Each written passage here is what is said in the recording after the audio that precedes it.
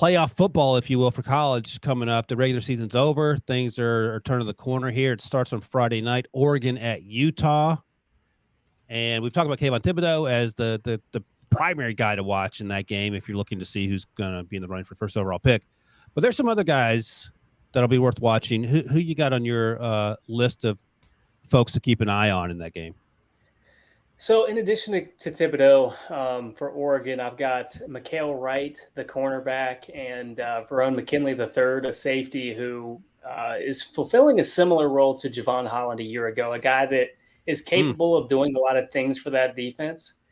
Both of them are sophomores, so they're already playing at a very high level, but it kind of gives you an idea of the untapped potential that's left in both of those players. I think they both have day two ability right now, maybe even the capability of rising higher. And then as far as Oregon, Utah is concerned, Devin Lloyd, again, is linebacker one for me, just because he's kind of the all-around package with his ability to drop back into coverage. He can fit run gaps. He's got good eyes. There's nothing that I don't like about Devin Lloyd. And then I love his ability to get off blocks. I've been comparing him to Fred Warner for most of the period because of his ability to get off blocks. Similar size, both Western prospects. So that's Devin Lloyd for me. I think it would be very difficult to supplant as the linebacker one in this class. And then from there, they've got some other players, but nobody that really jumps off the page in terms of that day one, day two kind of prospect. Yeah, that's funny because Nakobe Dean's my LB1 and then Devin Lloyd's my LB2. And Devin Lloyd's a lot of fun. And Devin Lloyd's actually better going backwards than Nakobe Dean is, and that's okay. Nakobe Dean ain't bad at it, but Devin Lloyd is really good at it. So he will definitely be worth watching. C.J. Verdell will not be playing him. He had a season-ending injury. I don't remember what it was a few months ago or so. But, yeah, that'll be a good game. Anthony Brown, he could be in the mix, the quarterback. We'll see. I think it's a junior. I'm not sure the Oregon quarterback, but I mentioned that because there was some conversation that maybe Spencer Rattler, if he transfers to Oregon, then Anthony Brown might not take that very well. We'll see where that happens. Great news for Spencer Rattler, by the way. I'm glad he's not coming out. All right. That's Friday at 8 p.m. Eastern on ABC, if you're curious. Saturday at noon on ABC, Baylor, Oklahoma State. This ain't the year for Oklahoma State if you're looking for guys that are going to get drafted. Baylor does have some guys. Josh, anybody in particular you're interested in? You may even have some Oklahoma State guys that I don't even know about. Well, we'll start with Baylor. Jalen Petrie is a guy that he kind of looks like this new overhang safety. When you look at, he's listed at 6'197", so it's not like he is this monster of a prospect, but just the way that he plays the game, a guy that can play safety or he can come down into the box and make plays. Just has a lot of power in his game, a lot of versatility.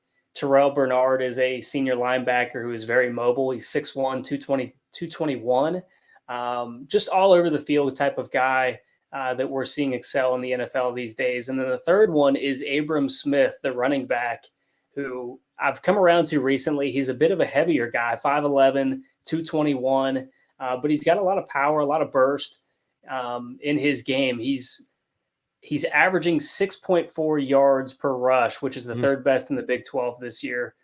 Leads the Big 12 with 66 rushing first downs. And he's averaging 2.4 yards before contact, which is fourth in the Big 12, and 3.9 yards after contact, which is sixth in the Big 12. So you kind of see his ability to create not only before he's actually contacted, but after as well. And then for Oklahoma State, like you said, there's not really guys that jump out too much. Spencer Sanders is this dual threat kind of guy who needs to become more consistent. And then Colby Harvell-Peel is a safety that's been there for a couple of years, 10 interceptions over the past 3 seasons. So highly productive guy that's got a lot of experience in the Big 12.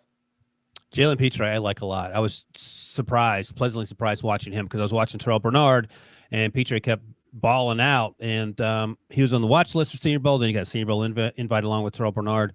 And Petrie, for me, I had a second-round grade on him based on what I've seen, and I'll watch more. But that's a fun guy. And Did you compare him to Javon Holland, or are you comparing the previous Oregon player? But he's that type of Javon Holland type player that we're seeing a lot more of, that are not just, they don't play center field, they play overhang, sort of apex defender guys. They can play the slot, they can play deep if you need them to do that, and then the athleticism is so off the charts that they're all over the field making plays. And you mentioned his size; he plays much bigger than that, which you have to do in the NFL because you can't just get run over every time you're trying to make a tackle, even though you're in position to do that. And he certainly doesn't get run over. He's sticking his nose in there making plays. Saturday at 4 on CBS, Georgia versus Alabama. This is going to be a fun game. I don't know what the spread is. Do you know what the spread is? I do not. So why don't you tell me about some of the guys you're looking at? Now let's see what the spread is in this game, because I'm actually curious. Well, it's pretty easy in this one because anywhere you look on the field, you're probably looking at an NFL prospect. Both teams are absolutely loaded. We've talked about a few of them already at this point in the show. You've got Evan Neal for Alabama. Jamison Williams, a wide receiver, is a guy that we haven't talked about to this point, but we've talked about in previous shows. Just a really fluid athlete. I think he's emerging on a weekly basis. A guy that I think kind of reminds me a little bit of Justin Jefferson a couple of years ago. The linebackers, I like Henry To'oTo'o more than I like Christian Harris at this point. Ooh, interesting. Harris, I don't know. There's a lot of people that love Harris in the draft community. He just hasn't done anything for me this year. You've got safety Jordan Battle. So there's talent all over the field for Alabama. There's probably several that I'm forgetting. And then for Georgia, again, you've got talent everywhere you look. It starts with the front seven, though. You've got defensive tackle Jordan Davis, who has garnered first-round consideration. You've got Nakobe Dean.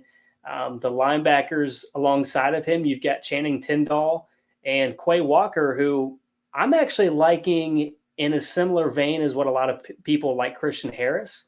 I'm finding him in a similar light as in Nakobe Dean in the way that not in the sense that they're similar players, but just in the sense that I see them in a similar range. I like Quay Walker quite a bit. Jalen Carter is a sophomore that continues to improve on a weekly basis, a guy to keep in the background for next year.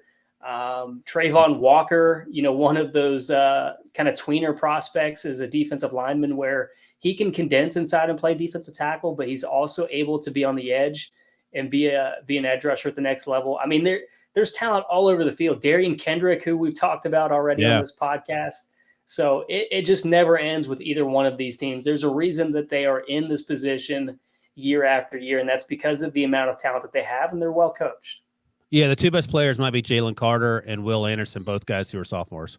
So Will Anderson's the edge rusher who is listed at 245. He plays like he's 275. He plays like his hair's on fire. Phildarian Mathis is a guy that will get drafted in the middle of that Alabama defense. He's not Quinnen Williams or the long length of Jonathan Allen types, but he's a really good, solid player, great locker room guy. We talked about Evan Neal. Brian Robinson, the running back, will get drafted. He's not Najee Harris, but he's had a really good season. Jaleel Billingsley, I think he's a junior. And there were some issues early in the year where he was benched because of, I think, not that he's a bad kid. He was not hustling in practice or something. So just something to keep an eye on. Incredibly athletic. And you mentioned all the Georgia guys. By the way, Georgia's minus 6.5, which seems, wow. I don't know, man. That seems like a lot. Lewis Seen, the safety for Georgia, is also a guy that people like. Tyke Smith was a transfer who came in from West Virginia, I believe, was injured early in the year. I liked him over the summer, but I don't know how effective he's been because I haven't seen him closely this year. Jamari Salyer, the offensive tackle for Georgia. I mean, the list goes on and on, as you sort of noted there. How about this too? George Pickens has been running routes recently. So I think his return to the field is imminent. If he's able to show any form that we saw last year, I think he's right in the first round conversation. That's right. So he tore his, I think, spring practice. So March, April, probably. So usually 7-8 months. Although Amari Rodgers was back on the field playing in an actual football game 6 months after his ACL, which is pretty crazy for Clemson. But again, these guys are, they're a little more athletic than I am, so that probably has something to do with it. But yeah, it's great that he's running routes, and that's huge for his draft stock should he choose to come out, which I would imagine that he's thinking about. Saturday at 4 p.m. ABC, Houston at Cincinnati. I'm going to tell you one of my favorite players that I've recently come across. Had him go my first round. Haven't seen him get much first round buzz. I don't care. I love this guy. Logan Hall, the defensive tackle, 6'6", 275. He reminds me a little bit of who's the 49ers that was traded to the Colts? Buckner. Oh, DeForest. He reminds me a little bit of DeForest Buckner, and you cannot block this man. And it is crazy to watch because sometimes we talk about guys like DeMarvin Leal sometimes struggles to get off blocks, and you don't understand why. And I'm not trying to dump on him, but just in comparison to Logan Hall, who comes out of a Houston program that a lot of people nationally don't really see a lot of. They're in the AAC. But Peyton Turner was a first-round pick last year, and I was surprised he went that high, but I thought he was a second-round pick all day long. I think this guy's Logan Hall is a better football player than Peyton Turner. They play different positions. I love him. So that'll be a fun – they have a cornerback on the Houston team that's been invited to the Senior Bowl as well. I have yet to see him, but Logan Hall sticks out to me. And then, of course, there's all those guys on Cincinnati. Yeah, Marcus Jones for Houston is the cornerback that's headed to the Senior Bowl. A guy that is a little bit undersized, but I think he has the competitive spirit to play on the boundary. And if nothing else, he's going to give you some special teams reps, whether that's returning the football or coming down on coverage. Cincinnati has talent on both sides of the ball. It obviously starts with Desmond Ridder, a guy that is a little bit polarizing. I'm kind of curious where you stand on him in this point in the process. I have him in that tier 3 range for me right now, just because I have some concerns with the accuracy, but a lot of people love him. Yeah, I'm with you. I think he's like a third-round pick for me. If we're drafting based solely on ability right now, he would probably be a day 3 guy. But if you're projecting and you're thinking about the position and how important it is and the athleticism he brings, I would take him bottom of round 2, early round 3. I mean, Kellen Mond, Davis Mills, Kyle Trask range. He's more athletic than any of those guys. I don't think he is as accurate as any of those guys. Davis Mills didn't play a lot at Stanford, so we didn't have a lot to go on. I like that he's a competitor, but just about every single quarterback that comes into the NFL is pretty competitive. So then you have to say, can you make a guy more accurate? And typically that's pretty hard to do. Josh Allen was an exception.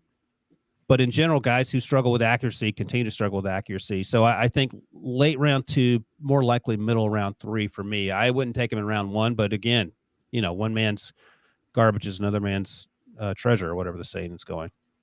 Yeah, I think you have to get to the bottom of what those accuracy issues are, because everybody is quick to say, well, Josh Allen had accuracy issues and he's been able to correct those. Josh Allen has still struggled a little bit this year. Also right.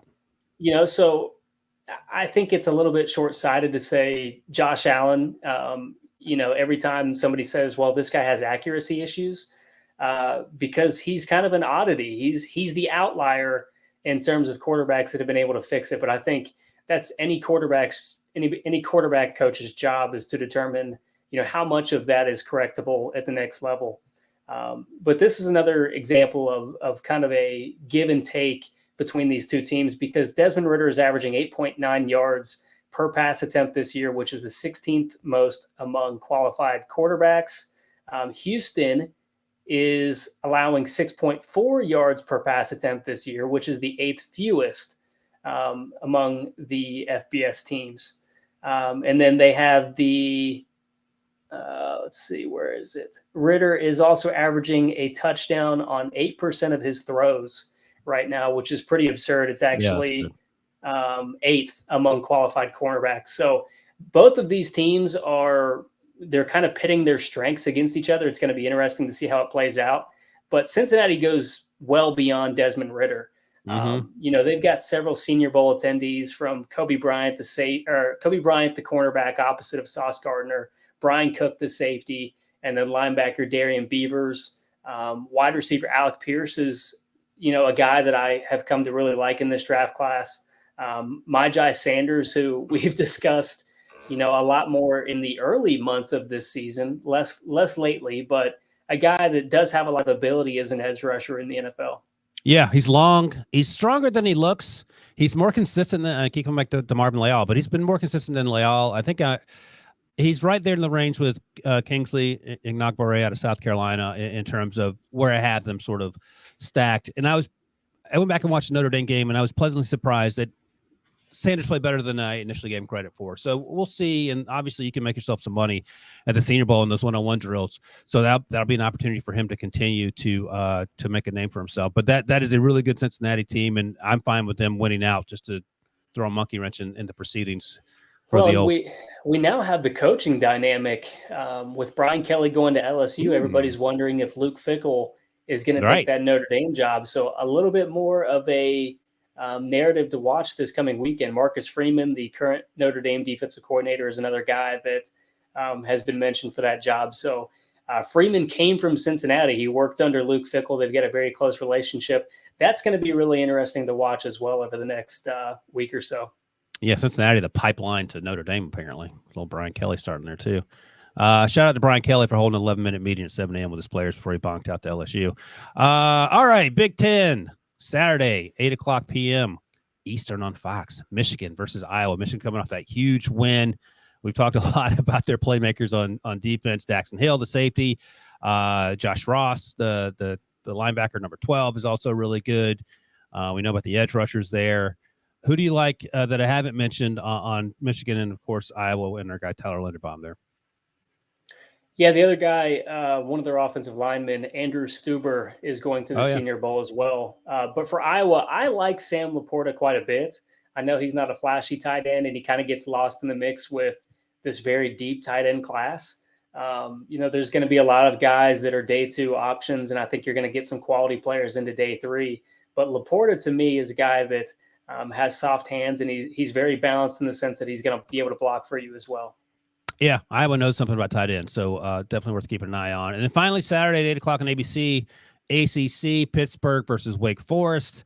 I actually went to Syracuse, the Syracuse Pitt game last Saturday to see Kenny Pickett up close and personal. I thought the Syracuse defense might give him a little trouble. They certainly gave Malik Willis trouble back in September to the point where Liberty lost that football game. There was no such situation for Kenny Pickett, who actually wasn't asked to do a whole lot, completed a lot of short throws, a few intermediate throws, threw on time, moved in the pocket well, made good decisions, had one interception on a deep ball that I'm not going to hold that against them. And Syracuse in general didn't show up. So didn't glean a lot from that other than Kenny Pickett played like I thought Kenny Pickett would. They have Damari Mathis, who's a Senior Bowl invited cornerback who played only sparingly in the first half, didn't play in the second half. I haven't checked to see if there's an injury or just they felt bad for Syracuse. So he's a guy worth keeping an eye on. And then I know that Brady Quinn loves this guy outside of Kenny Pickett, probably number 2. I think his name's Jordan. His first name's Jordan Addison, the wide receiver, who is electric. That's the first time I really sort of watched him closely. He's a small guy, and he in small areas you can't get your hands on him. He returns kicks as well. He's probably not coming out. I think he's a junior. I think he's something a guy just keep an eye on for 2023. But those are the Pitt guys that I like and will be watching. I don't know if any Wake Forest guys. Sam Hartman doesn't really do much for me as the quarterback in terms of an NFL prospect, but you may have different thoughts, Josh.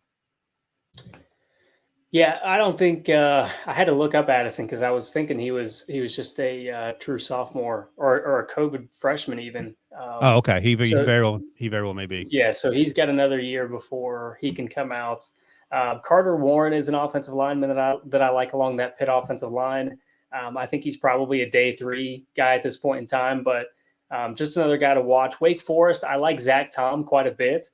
Really consistent player. He looks like he gets bored at times, much like we saw with Christian Darrisaw at Virginia Tech last year. Just kind of looked like, the game was moving too slow for him. And then Jaquari Roberson, a very undersized wide receiver, but very productive for that Wake Forest offense. That Wake Forest offense, if you haven't watched them yet, that alone is a bit of a joy because the offense that they employ with Sam Hartman, the quarterback, it's this very long developing mesh concept where they wait for like 2 seconds before they decide if they're going to throw the ball or hand it off. So it's a very odd style offense compared to what you're accustomed to seeing. So that alone is going to be worth the price of admission in this game. Yeah, it is weird because it's so slow developing, in fact, that sometimes the quarterback is used as a blocker, and typically like I call it a butt blocker. Like he typically blocks the person coming off the edge of the blind side, we call that, it's a body block. It's like he's setting a reverse pick in basketball, which is sort of weird, but it's been working for him to obviously with great success. And you're right about Addison, sophomore. He had 17 touchdowns this year. That is mind blowing. 85 receptions, 1,353 yards, 15.9 yards per catch, 17 TDs. So a guy to keep an eye on for 2023. Make a note there. That's all I got. Another mock draft show in the books. Josh, good stuff, and we'll talk next.